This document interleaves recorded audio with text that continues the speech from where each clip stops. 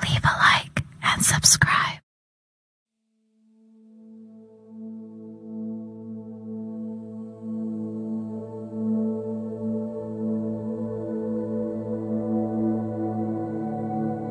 By 1963, the Kray Empire was well on its way to achieving the sort of success that the twins had always dreamed of. They had a loyal firm to back them in their criminal endeavors, were running clubs in the lucrative West End and on their own turf, mixing with their heroes and other celebrities, raking in large amounts of money with Leslie Payne's long-firm frauds. And of course, still benefiting from their protection rackets. These rackets usually came in two forms: pensions and nipping. The latter was reserved for small businesses, minor clubs, gambling houses, and pubs where the price of protection may be a few bottles of booze once in a while or the free use of any number of vehicles from a car dealership. Pensions were more substantial payment, usually extracted from larger businesses, particularly clubs in the West End. By the early 60s, the Krays had used their presence in West London to get their foot in the door of local nightclubs that were willing and able to fork out large sums of money for their services.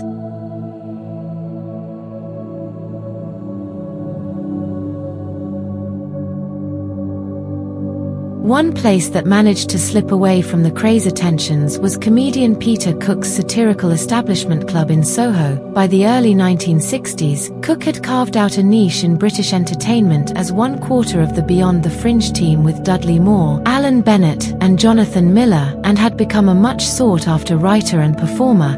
This made him a doyen of satirical comedy, something his keen wit and considerable intelligence were probably perfectly suited for, and the establishment took the form of a pioneering political cabaret. Cook, in a later interview, remembered when he met Reggie and Ronnie Kray. I remember the Kray twins came round just before we were about to open, and they said, "This is a very nice place you've got here, a lot of lighting and a lot of projection equipment, and it would be dreadful, wouldn't it, if the wrong element came in and started smashing the place up? We're willing to put people on the door to keep those types of element out, because we know these elements and we can keep them away." I knew perfectly well they were indeed the element that I didn't want to have in, and so I said, "Well, thank you very much, that's very kind of you, but the police are just around the corner, so if there's any trouble I'm sure we'll call them and they'll do their best," and I never saw them again.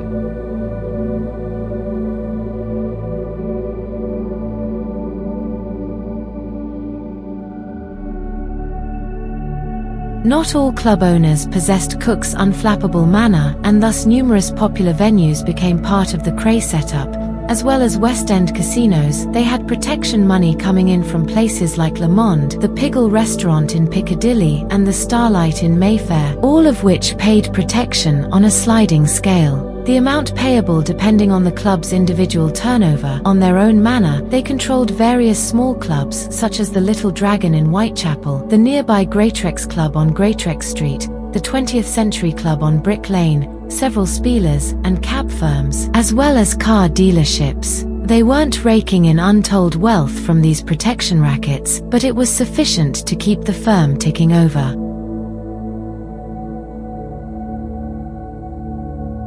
Meanwhile, Leslie Payne and Freddie Gore's careful business frauds were adding quite significantly to the coffers. Esmeralda's barn, however, was already beginning to falter. Despite the enthusiasm with which the Krays forced their way into the enterprise and the healthy income it had once provided, Ronnie's unique sense of how a business should be run was proving problematic, and the twins' insistence on maintaining a regular presence in the club, and of course, bringing their friends and dubious associates with them, was another factor. Admittedly, some of the barn's well-heeled clientele was somewhat enchanted by the East End villains, who now appeared to be sharing the gambling tables with them, as if their incongruous presence brought a sense of danger and excitement which rarely existed in their own privileged world. Freddie Foreman, for one, could see the problems ahead.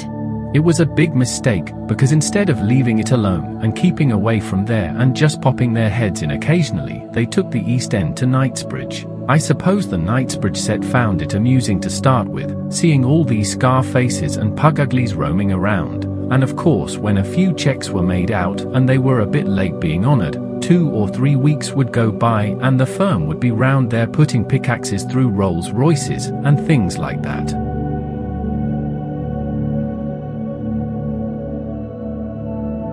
One regular at the Barnes gambling tables, who was not looked upon as favorably as some when it came to honoring his debts, was David Litvinoff, one of the more bizarre characters in the Kray story. Born to a poor Jewish family in the East End, like his more well-known half-brother, the writer and poet Emanuel Litvinoff, he showed a keen intelligence and gift for words. David, however, was also an incorrigible rake and a promiscuous homosexual with a penchant for impressing anybody who would listen with extravagant stories and horrifying others with cruel, sometimes scatological humor. On one occasion, when asked to look after a friend's baby, he defecated into the child's potty just to see the look of horror on the mother's face. When on returning she believed just for a moment that her little child had produced such a colossal stool. As a larger-than-life figure, he had managed to endear himself as an unofficial court jester to the fashionable Knightsbridge and Chelsea set. His gambling habit was considerable,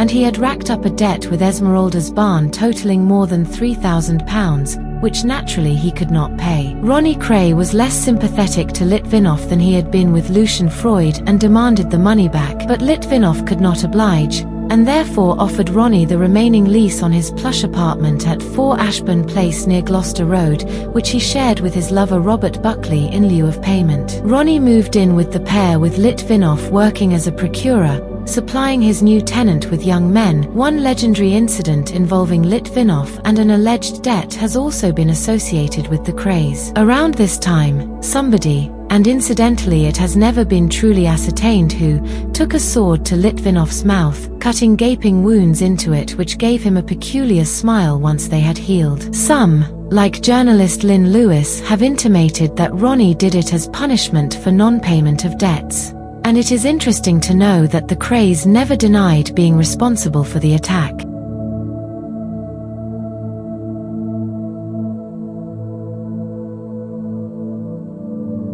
The Krays' foothold in the West End had also increased their reputation enough for them to come to the attention of the American mafia, of whom the twins, particularly Ronnie, had aspired to become the British equivalent. Following the overthrow of Cuban President Fulgencio Batista in 1959, Fidel Castro assumed military and political power and sought to overturn Batista's long-standing mafia sympathies by pushing the syndicates out of Cuba. In October 1960, Castro nationalized the hotel casinos and effectively outlawed gambling. Thus the mafia bosses were looking to expand their interests overseas and had begun to make inroads into the West End of London, investing in the now legal casinos. And so it was that the Krays met Angelo Bruno, the Philadelphia Don who knew Billy Hill associate Albert Dimes, also Dino Celini, and most importantly, Meyer Lansky. Lansky had built up a gambling empire second to none in Florida, New Orleans, Cuba, the Bahamas, and more significantly Las Vegas.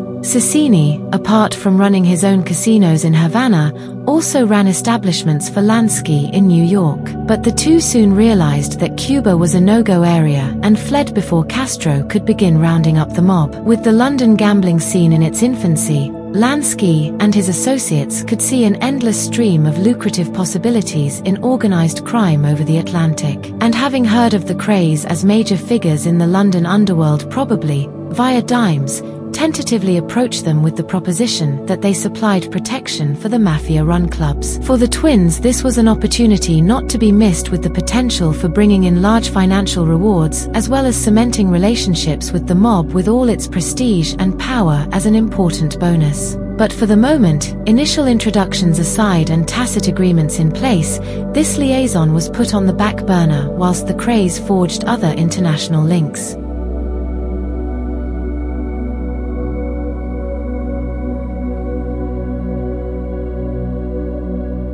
In late 1962, Leslie Payne had been approached by Ernest Shinwell, the son of former Defense Minister Manny Shinwell, regarding a perfectly legitimate development project to build 3,000 new homes and a shopping center on a 654-acre site in Enugu, the new capital of eastern Nigeria. Development had begun at pace in Nigeria following its independence from the Commonwealth in 1960, and Payne could immediately see this as a tremendous opportunity, not simply because it promised a tidy profit for doing very little, but because it could also raise the twins' prestige as players on the international stage. The Richardson brothers already had a stake in a diamond mine in South Africa, and it was perhaps felt that by involving themselves in the Enugu project, the Krays could redress the balance in an ambitious game of one-upmanship. Payne and Freddie Gore used the profits of various long-firm companies to inject initial money into the project named the Great African Safari, and also sought potential investors from the numerous well-heeled members of the West End society with whom they had been rubbing shoulders. One was Robert James Graham Boothby, Baron Boothby of Buchan and Rattray,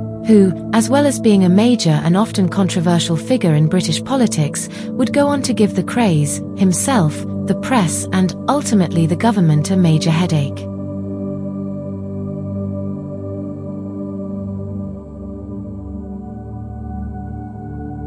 Bob Boothby, without a doubt, balanced a tremendous political career with a lifestyle that was scandalous by any politician's standards. At the young age of 24, he was elected Conservative MP for Aberdeen and Kincardine, a post he held for 26 years until that particular constituency was dissolved in 1950. Subsequently, he was MP for its successor, East Aberdeenshire, until he gave up the seat on his acceptance of a peerage in 1958. In the meantime, he had become private secretary to the Chancellor of the Exchequer, Winston Churchill, in 1926, and had once met Hitler, an experience that led him to be a firm opponent of appeasement during the Second World War. He held the post of Parliamentary Secretary to the Ministry of Food, and it was while serving in this post that he experienced his first minor political scandal when, after advocating the distribution of seized Czechoslovakian assets to Czech citizens living in Britain, he failed to declare that he had a financial interest in the policy, a contravention of House of Commons rules. He was forced to resign in 1941 and joined the Royal Air Force. With the advent of television in the 1950s, Boothby carved out a niche as probably the country's first media-savvy politician, appearing on numerous talk shows and earning himself a reputation as a veritable raconteur, although it has been said that his stories, though entertaining, were not always strictly true. Nonetheless, he was an extremely popular figure in British politics.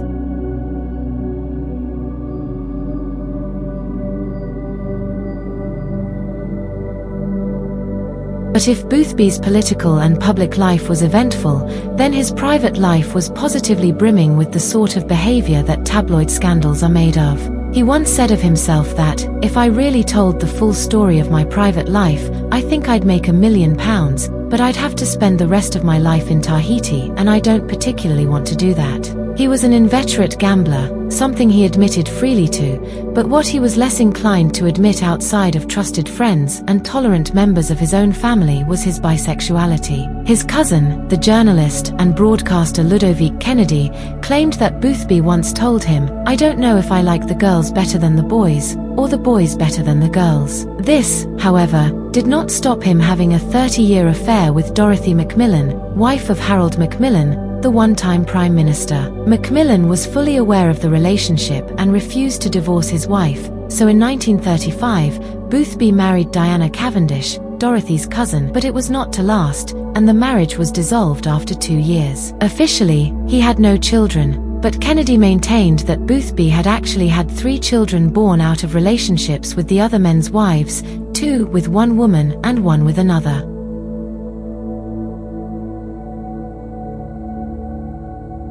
Robert Boothby's serious infections, however, lay in the direction of young men, and it is no surprise that he had been a campaigner for homosexual law reform since 1954. By 1963, Boothby was in a relationship with Leslie Holt, a young man who would become a catalyst for the elder statesman's introduction to the Krays. Boothby claimed that Holt was introduced to him by the twins after they had rescued a stolen check written in Boothby's name at Esmeralda's barn. Boothby was visited by the 2 smooth-looking characters and was extremely grateful, after which he was offered the services of a nice young chauffeur whom they described as pleasant and fair-haired. Holt, however, always maintained that he introduced Ronnie Kray to Boothby at one of the homosexual parties they attended together. This was apparently no brief fling. Observers within British intelligence noted that Boothby had been using Holt for a long time. He has given him expensive cars, and they have been to the opera together a couple of times, which is rather bold. They are genuinely attached. This is no fly-by-night affair. Leslie Stanley Holt was born in 1937 to a poor family in Shoreditch. Like many young men from this tough quarter of London, he had fallen into criminality at a young age and had spent plenty of time in Borstal as well as in the ring as an amateur boxer under the name Johnny Kidd. By the 1960s, the elfin good-looking young man who was flamboyantly bisexual had carved out a career as a cat burglar and rent boy and as a man about town. Leslie Holt was, on the face of it, the epitome of the swinging 60s scene. His targets were the rich and entitled, and it was the wealthy patrons of London club life whose stolen property and sexual favors lined Holt's pockets. Importantly, Holt had once had a flat in Cedar Court, Cazenove Road in Stoke Newington, and by 1963, the handsome Art Deco apartment building had acquired two new residents, Ronnie and Reggie Kray. Ronnie was the first of the twins to move in, as early as summer 1962, taking over Flat 8 on the first floor, which was actually leased in Leslie Payne's name. In fact, for many months, the resident porter, Frederick Cox, called Ronnie Mr. Payne. Even after somebody had told him who his newest resident actually was, one assumes Ronnie must have seen the funny side of it.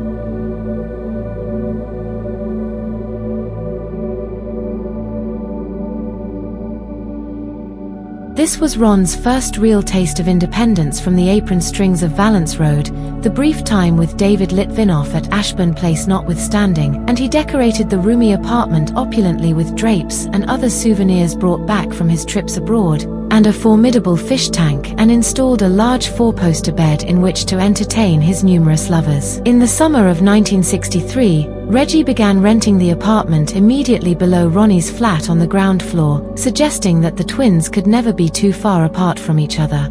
Inevitably, Leslie Holt entered into a relationship with Ronnie Kray, and so the lovers' triangle that constituted Kray, Holt and Boothby brought the two seedy worlds together. But there was one other ingredient that added to the dangerous concoction, a relationship between Kray associate Mad Teddy Smith and Labour politician Tom Driberg, a friend of Boothby. Born in Islington in January 1932, Smith had been one of Ronnie's lovers, and although he fancied himself as a bit of a writer, he was a villain through and through. Since the age of 17, he had accumulated a total of 9 convictions for armed robbery, assaulting a police officer, and most commonly theft. He had only recently been released from prison after serving a 15-month sentence for stealing a car. Emotionally, he enjoyed the dangerous side of homosexual relationships with a penchant for rough sex. He could be amusing and friendly, but when drunk he could change in a heartbeat, showing an aptitude for violence which earned him his nickname.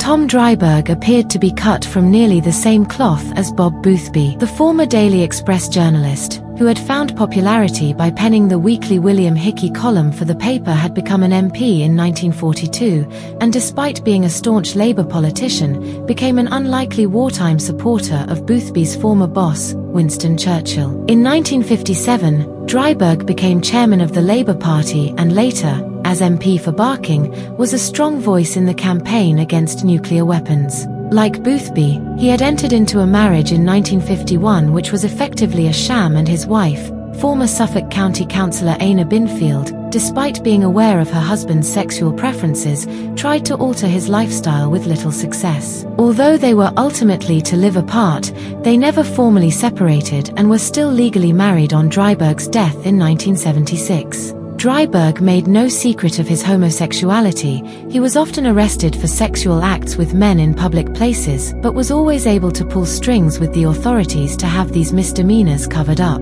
He was also a serious gambler, and it is through this latter activity that he came to discover Esmeralda's Barn, a perfect haunt with its gay club downstairs and casino above, all complemented by the seedy frisson of exposure to a little East End villainy. During his relationship with Teddy Smith, it has been said that Driberg would inform his new lover of any unattended homes that were ripe for burglary, usually the abodes of wealthy and titled members of London society whose jewel boxes, antiques and art collections would prove to be profitable for Smith's own particular line of work.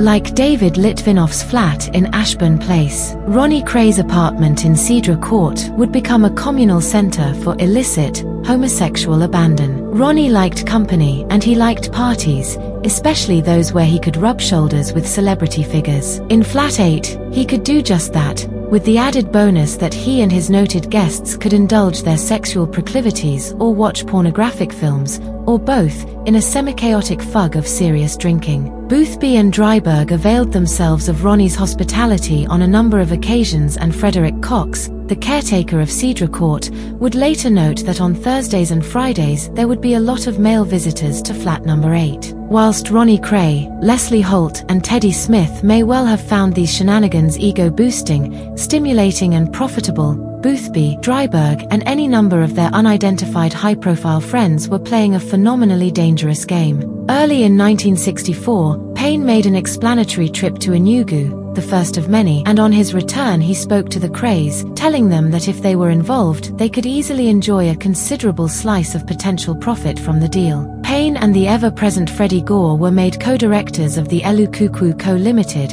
along with the Enugu Minister for Health, Mr. Okwo Yuko, a man named Iluwa, who was a nominee of the President, Dr. Michael Okra, and a civil servant.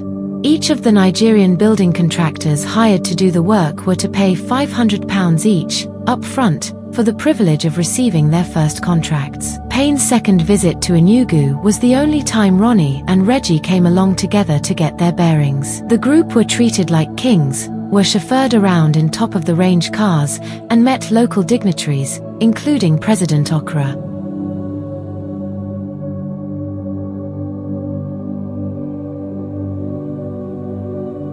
A second visit for Ronnie, this time without Reggie, who felt that one of them had to be back home minding the business, allowed him to fully let his childlike curiosity run amok. He was unfazed by being in a wildly foreign environment and took advantage of all the perks offered to him. He took numerous tours through the jungle and was fascinated to hear tales about Nigerian organized crime and the violent lengths that local criminals would go to in order to maintain a reign of terror in the state. The jungle was a dangerous place. The prisons were almost barbaric, but at the end of a long day's sightseeing, Ronnie could always retire to the bar of the newly built, luxurious Hotel Presidential. Soon after Ronnie's grand tour of Enugu, Charlie Kray accompanied Payne to Nigeria. The first payment of £5,000 was due from one of the contractors, and it would be Charlie, present in the role of tourist, who would be pocketing the money on behalf of the firm. He promptly took it back to Bethnal Green and divided it up. And so, as money changed hands,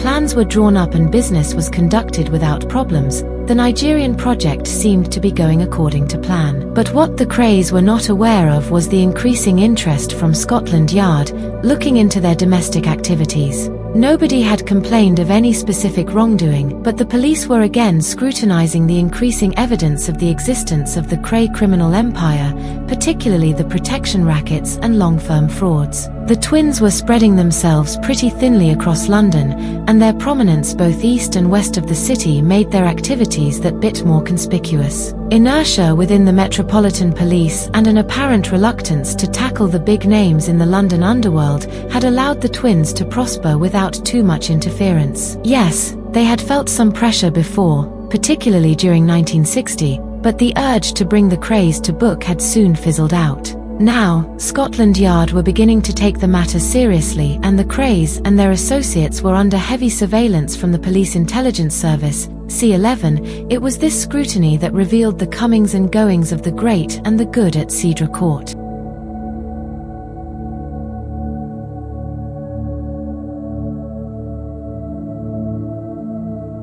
Unwittingly, in addition to collecting intelligence about the Krays' business dealings, the police were also becoming party to a veritable hornet's nest.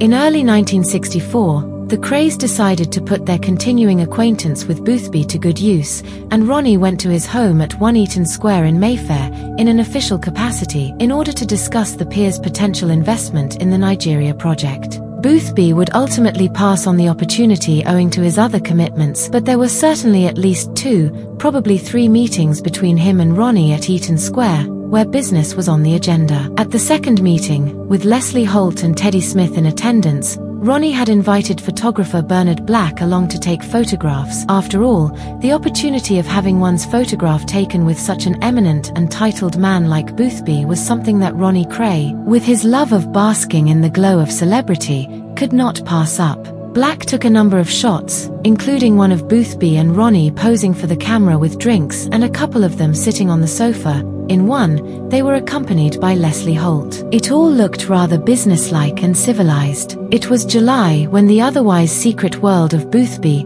Kray, and others embroiled in their activities became public. Norman Lucas, a former police officer who had become one of the most well-informed and respected crime journalists of the day, had discovered from one of his regular contacts at Scotland Yard that the investigation into the Krays was building up to such an extent that police action was imminent. Lucas was also informed of the goings-on involving Robert Boothby and Tom Driberg, which had been observed by C11 surveillance teams. The issue of perceived homosexual activities is said to have emerged after a tip-off from the Krays' North London on and off rivals the Nash brothers. During the early 1960s, when newspapers like the Daily Mirror were running their anti-gangland campaigns, the Nash family quickly became fed up with being pestered by the press. One of the brothers apparently told a journalist, "I'll give you a real story if you leave me alone," and promptly went on to speak about an alleged affair between Boothby and Ronnie Kray, having probably got Ronnie and Leslie Holt mixed up.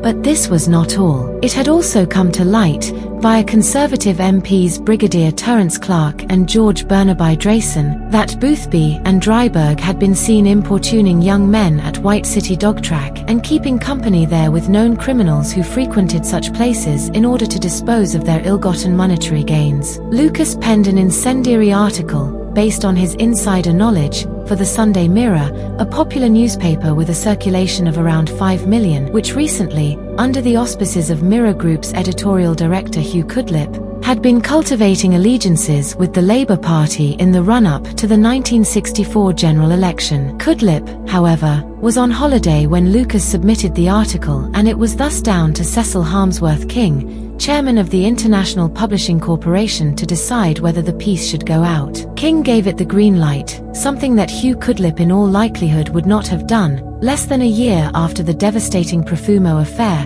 which saw the resignation of Prime Minister Harold Macmillan to be replaced by the unprepared Alec Douglas Hume. Another major political scandal was the last thing anybody in politics wanted so close to an election. But with Mirror Group's ties to the Labour Party, a devastating blow to the flailing Conservative government, ensuring a Labour landslide in the autumn, was a tempting proposition.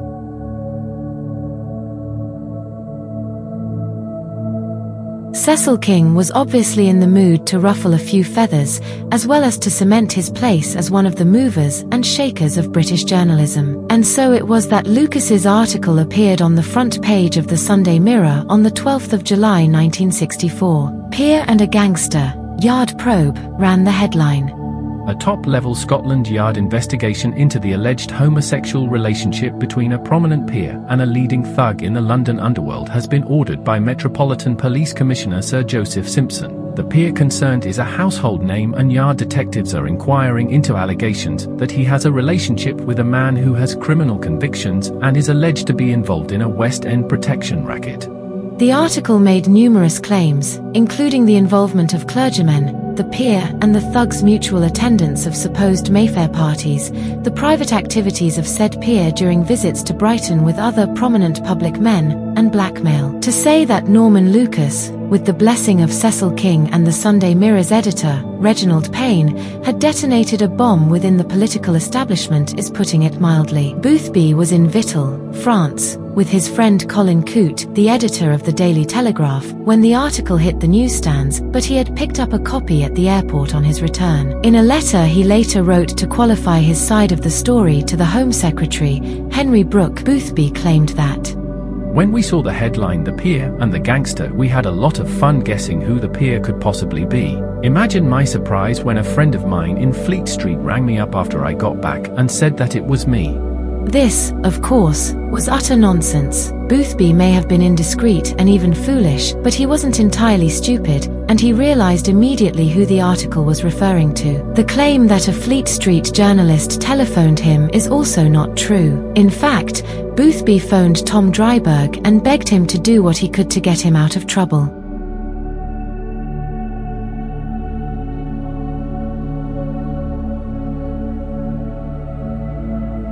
Driberg had always managed to wriggle out of his own scandals, so it was felt that he might be able to help Boothby with his own predicament, and with Driberg closely linked to the whole situation, he himself would do well to make sure that such help would be forthcoming. The next day, Bernard Black visited the offices of the Mirror Group and, no doubt in receipt of some undisclosed sum, deposited his photographs of the meeting at Eaton Square. This was yet another potentially disastrous development for Boothby. Here then was proof that the peer had indeed met the gangster, which was now sitting in the hands of a press organization that seemed hell-bent on justifying its claims. Fortunately for all concerned, the Mirror had not named the men involved in the brewing scandal, but Black's images, if published, would seal Boothby's, and probably the Conservative government's fate. Black soon had a change of heart and returned to the Mirror offices asking for his photographs back, claiming that they weren't really his to sell. The Mirror refused to hand them over, and consequently, Black served a writ restraining the newspaper from publishing the pictures. Those involved in publishing the initial story were interviewed by the police on the 14th of July and were told in no uncertain terms that they were obliged to bring any information implicating a person of criminal activities to their attention, but no information was forthcoming. On the 19th of July, the Sunday Mirror followed its previous big headline with an equally stirring broadside,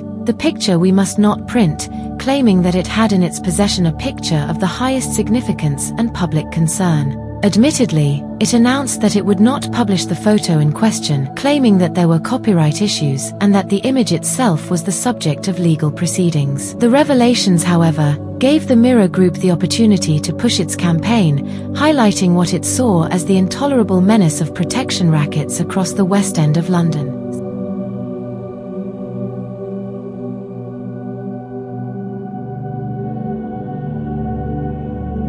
Sir Joseph Simpson, the Commissioner of the Metropolitan Police, in a political move to placate the politicians as much as anything, had issued a carefully phrased denial about the Boothby claims to the press. But this did not stop the Sunday Mirror investigators hammering home their point about organised crime in London. And it was clear who they were referring to. Behind the lights which shine so brightly in the heart of London's West End, behind the gaiety and the music in the night, there are men who are afraid, and men who make fortunes out of terror. In the past week, we have been making inquiries into the protection rackets, which has now become big business. And we have found that 2 East End thugs are terrorizing hundreds of clubs, including some of the top-name night spots, and are more feared than any gang bosses the underworld has known.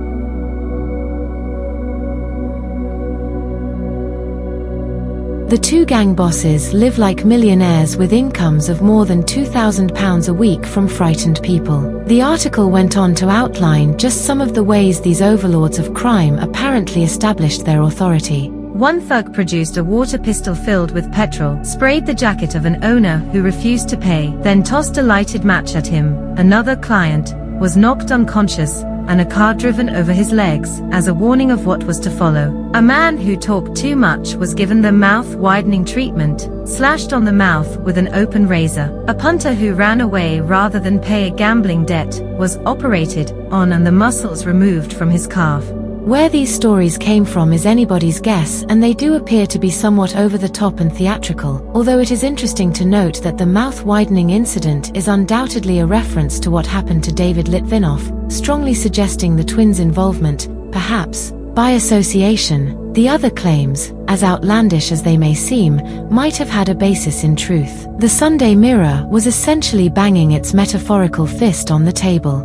This newspaper does not accept that in 1964 the world's greatest city needs to be held to ransom by a gang of evil men. Why cannot the police and the Home Secretary get the evidence to jail these criminals? It is because the people who could give it are too terrified to speak. Unbeknown to all, Leslie Holt was on regular speaking terms with a man linked to the press who was in fact an MI5 informer, referred to only as the source, who would regularly report back what Holt was saying. The government had no real choice but to act and were quickly assessing the situation.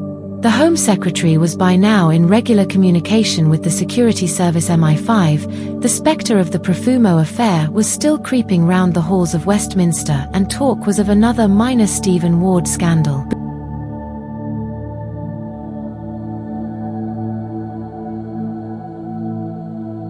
Boothby's sexual proclivities were well known in government, and his association with individuals like Ronnie and Leslie Holt was no surprise to some in the security service. Boothby is a kinky fellow and likes to meet odd people, and Ronnie obviously wants to meet people of good social standing, he having the odd background he's got, and of course, both are queers. Leslie never suggested that there was any villainous association between the two, and they are not likely to be linked by a queer attraction to each other. Both are hunters of young men. The Home Secretary held a meeting at the House of Commons on the 21st of July with the Chief Whip, the Attorney General, the Solicitor General and others in attendance to sift through what they knew about the matter. They attempted to work out what the motives were behind the rumors and the press stories, falling on three possibilities: that it was a campaign to damage the weak Conservative government, to attack the police for what the Mirror newspapers felt was a failure to address the protection racket situation in London, or a general attempt to denigrate the establishment per se. Although it was accepted that the police often stepped back from any incidents involving members of government, it was still generally felt that the promoters of the story should be giving up any evidence they had that the Boothby rumors were true, something which had still not happened up to that time.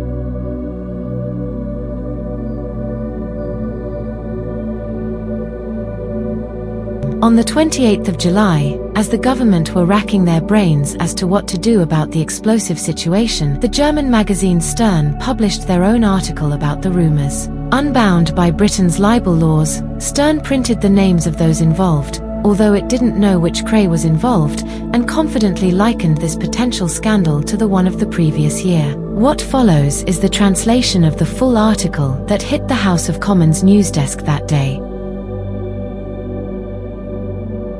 London Boulevard newspapers were the first to discover that Her Majesty's Minister, Mr. John Profumo, was unable to resist the physical allures of Miss Christine Keeler, but they did not dare mention the erotically unretarded minister by name. Maliciously discreet, the Daily Mirror stated only that a minister had written a love letter to a well-known call girl and that the letter was in the newspaper's possession. This retailing of secrets lasted a few weeks, until John Profumo was compelled to admit that it was he who enjoyed the physical favors of the lovely Christine. It was a perfect scandal. Profumo resigned, the Conservative government rocked on its heels, the opposition triumphed. All this is exactly a year old, not completely forgotten, and now, although the preliminary symptoms are different, the same sort of thing is repeating itself in London this time. It is the Sunday Mirror that possesses something it dare not print: the photograph of a lord sitting on a settee, with a well-known criminal of degenerate tendencies. And, exactly as at the beginning of the Profumo scandal, when the letter remained unprinted and the letter writer remained unnamed, the Sunday Mirror has not published the compromising picture,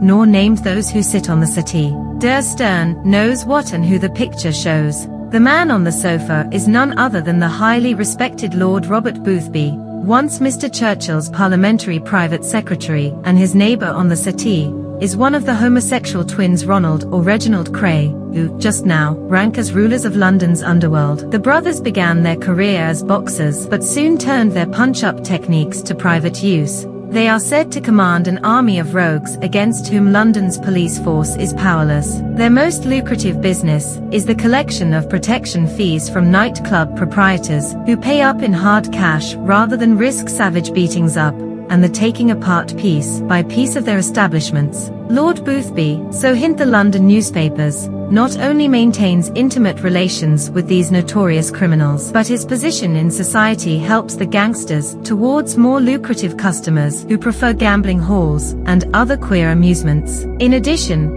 so say the exasperated newspapers, police investigation of this is being retarded by the Home Office itself, with an indication that the 1957 Commission of Inquiry set up by the Home Office itself recommended a judicious handling of adult homosexuals. According to British press tradition, it can be taken as reasonably certain that there is a hard core of truth in all this. It can be thus assumed that Lord Boothby, 4 years a Tory MP, at one time a candidate for the premiership, raised by the Queen to the peerage, and since then a member of the House of Lords, will soon be the central figure of a scandal that will overshadow the Profumo affair. Even in England, the country of male friendships, pleasures in perverse practices find even less understanding than Profumo's normal if extramarital passions.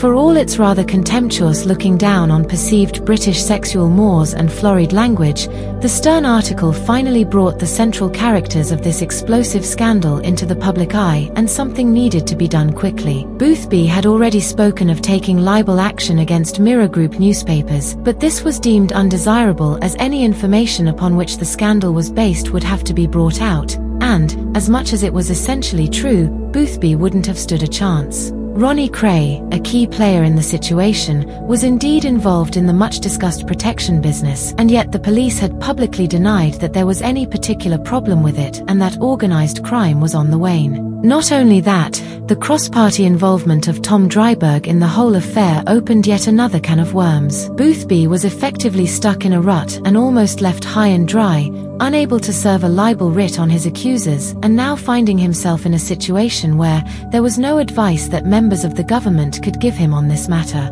But, for Boothby, a long-standing conservative, salvation was just around the corner, and from the most unlikely of sources, Harold Wilson, the Labour leader of the opposition.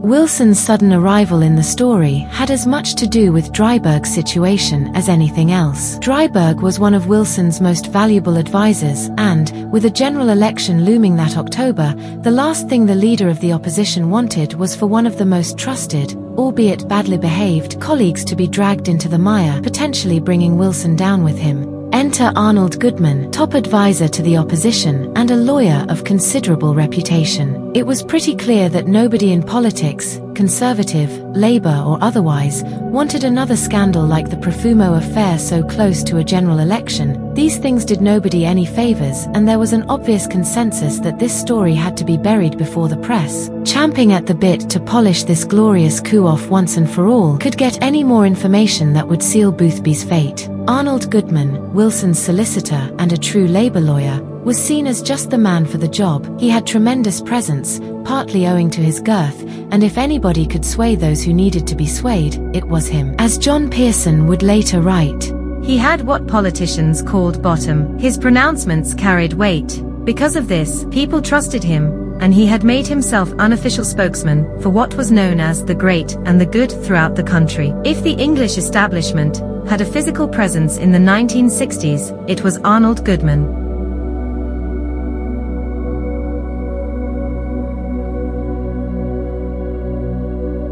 Goodman was fully aware of the fact that going down the usual channels of serving a writ for libel on the Mirror was not an option, but he had the unenviable task of having not just to save Boothby's skin, as well as that of Driberg and anybody else connected with the story, but also, at the same time, to leave both major political parties free from any metaphorical egg on their faces. There was so much at stake that, suddenly, Kray's significance in the whole situation had been reduced considerably. John Pearson's book Notorious gives the most detailed account to date of how the Boothby affair came about and how it was quashed, and yet the exact way that Goodman achieved this goal, in terms of what he said, is not entirely known. One thing that did happen was that Goodman managed to give Hugh Cudlip, editor of the Sunday Mirror, every good reason why this story should die off. Both the Prime Minister and the leader of the opposition wanted the story buried, and Cudlip had the power to make that happen.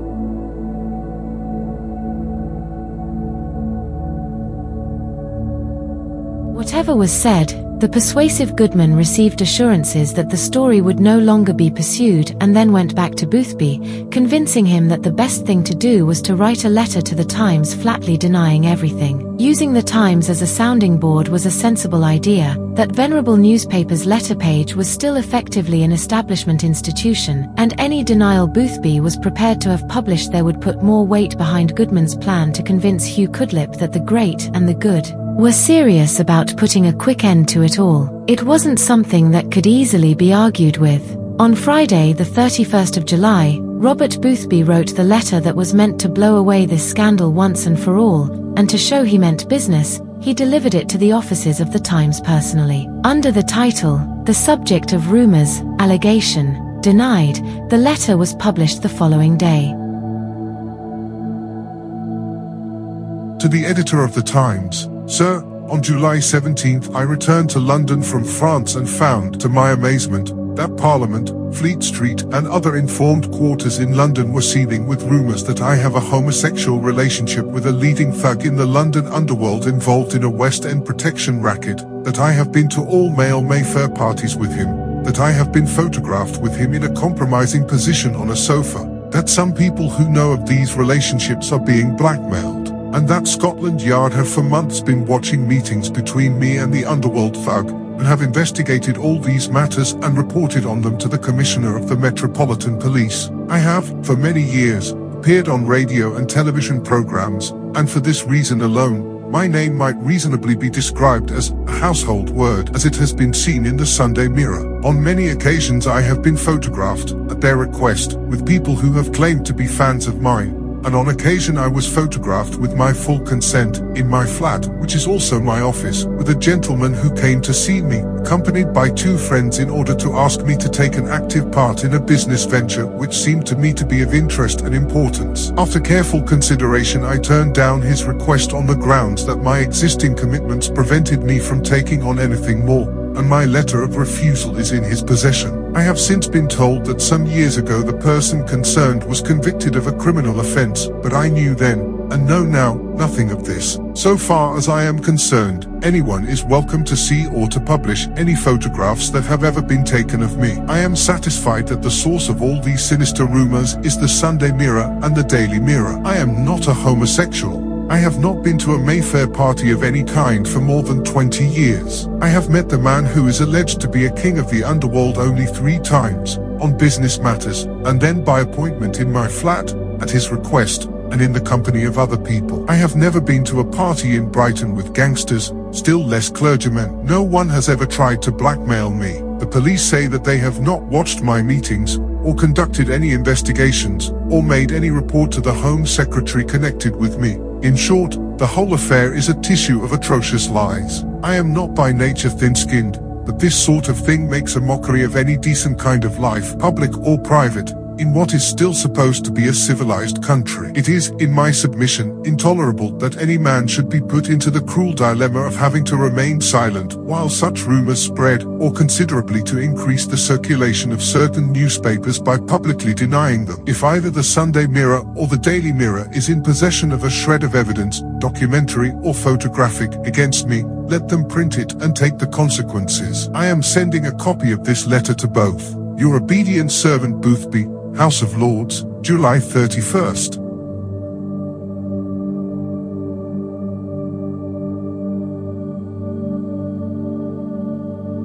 Reading this letter, one can only be exasperated by the fact that this response to a tissue of atrocious lies was exactly that. What the Sunday Mirror had been suggesting was fundamentally true, and yet in this polemic, Boothby had denied everything to the point where, if he had been made to stand in a court of law and give his side of the story, he would have been committing outright perjury. The threat of any legitimate libel action would be catastrophic, Goodman convinced IPC, the publishers of the Mirror newspapers, if they failed to produce the much-demanded evidence, which at that time they could not.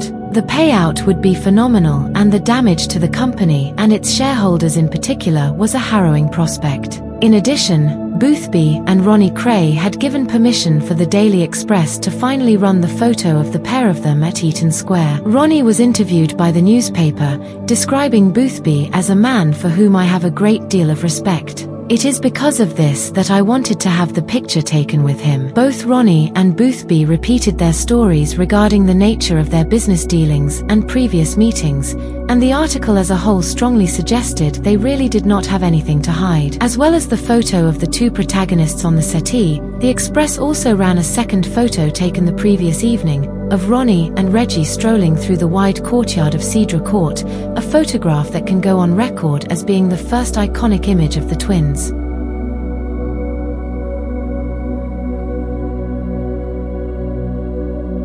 For IPC, there was really no choice but to admit to making a colossal mistake and settle out of court. Boothby was awarded £40,000 damages and was also guaranteed a very public, front-page apology by Cecil Harmsworth King, the chairman of IPC.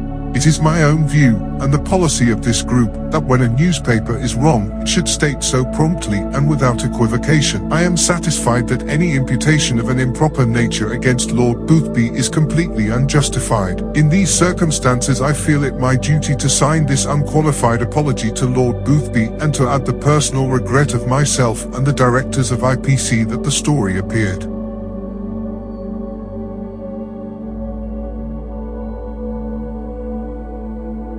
And so, what could have potentially been the greatest political scandal of 1960s Britain was avoided. The blessed Arnold, as the conduit of the establishment, had ensured that a tight lid had been put on the Boothby affair, and with Sunday Mirror journalists being in no uncertain terms, from the very top, to drop the story forthwith, that lid would remain tightly sealed for decades to come. As for Ronnie Kray and the twins themselves, it was yet another 15 minutes of fame to add to their growing celebrity. Although Ronnie received no monetary compensation, just a written apology, he would certainly benefit from this whole affair. Throughout his association with Boothby, which is not believed to have ever been a sexual one, he had kept all correspondence with him, going back a long time before the scandal broke, in a brown suitcase which was left at Valence Road. This, for Boothby, would be a veritable Pandora's box, and ensured that the Krays would have their illustrious acquaintance on side in the future. Leslie Holt would be cast aside by Boothby,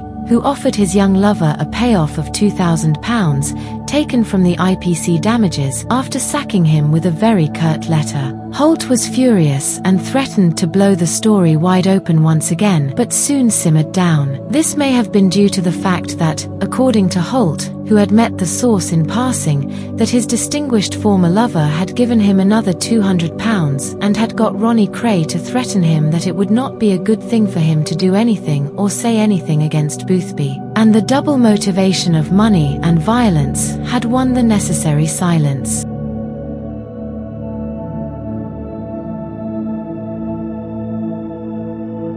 Leslie Holt would go on to make the headlines again in 1979 when he died after being administered a lethal dose of anesthetic prior to a simple foot operation. Dr. Kells, who administered the fatal drug, had been finding likely targets for Holt's cat burgling skills and was aware that the police were closing in on his little venture. It was suggested that Kells deliberately killed Holt, but he was acquitted of murder. However, as always with the twins, no matter how successful they were, no matter how easily they slipped out of trouble, there was always a new problem waiting in the wings, and in the autumn of 1964 that problem made its first appearance on the grand stage that was the Kray saga. The ancient Greeks called it Nemesis. For the twins, its name was Nipper.